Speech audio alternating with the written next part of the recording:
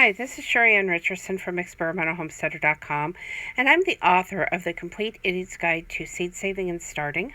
What I want to talk about with you today is Dianthus seed. Now, I have an article over on my blog about Dianthus, and I talk about some of the different varieties that I have grown. One question that I frequently get is, what is Dianthus seed supposed to look like? This is exactly what it looks like. It is not powdery or dusty. Now, I am close up on these seeds. This is a variety of a yellow Dianthus. And then, of course, this is a carnation variety, but as you can see, the seeds look just alike, other than some variation in coloring. When it comes to saving seed off of Dianthus that you have grown in your garden, you want to let that flower petal dry up on the plant. The petals themselves are going to fall off, and you're going to be left with the big pod at the bottom of where the petals would be. It's going to turn brown, and when it does, you want to cut it off and bring it inside. You want to make sure you do this when it's not wet, when it hasn't been raining, because this being completely dry is very important. Now, if you're worried about the seed pod exploding and losing those seed, you can take a bottom of a pantyhose, or as they're called here, a footy, and you can gently tie that around the seed pod, attach it at the bottom using some of the green twine that you can get for plants. You don't want to have it so tight that it's going to cut off the flow to that seed pod from the plant, because if you do that, the seed pod is not going to finish developing.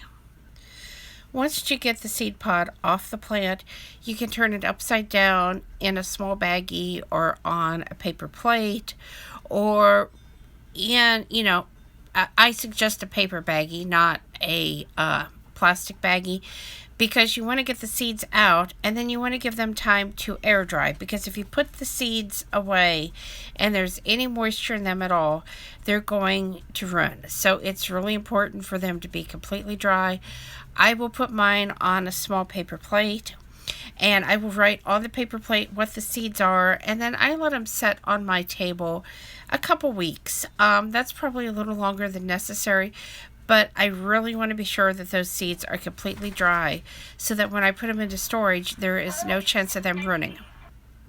When it comes time for starting Dianthus seed, they usually take anywhere between 10 to 21 days to germinate.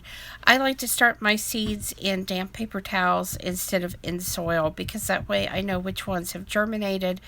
And once they're germinated, I can use tweezers to gently pick up the seed, the little brown part of the seed. You don't want to grab the root, but the little brown part of the seed, and gently move that seed over into my pot with soil. Now, I use a lot of different things to start seeds in. Sometimes I use soil blocks. Sometimes I use peat pots. Sometimes I use those little pop-up Jiffy pellets. So whatever medium has my soil in it, I will transplant that little germinated seed very gently, lay it on top, put a little bit of vermiculite on top so that the root is covered, and then I will gently mist that with a little bit of water so that the vermiculite is moist and does not draw moisture from the root and cause that seed to die. Now, with Dianthus seeds, you barely want to cover them.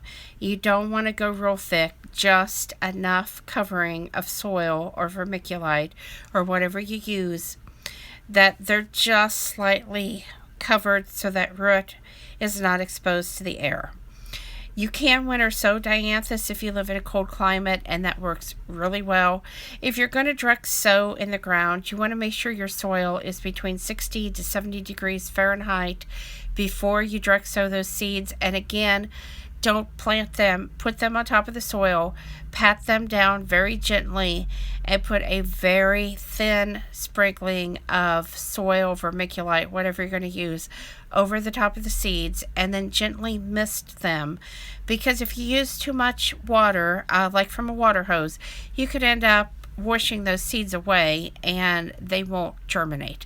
So this is one reason why I prefer to either germinate my seeds indoors or use the winter sowing technique. That information is also over on my blog. And so I hope all of this helps, and I really wish you luck in germinating Dianthus. There are so many colors, and they are so fragrant and just wonderful, wonderful plants. Be sure to check the height of the Dianthus, because some are border plants and some, like the Sweet Williams, are much taller and do better towards the back of the border. They are also great for cutting. Have a fantastic night, and thanks for watching. And if you have any questions, please leave those below.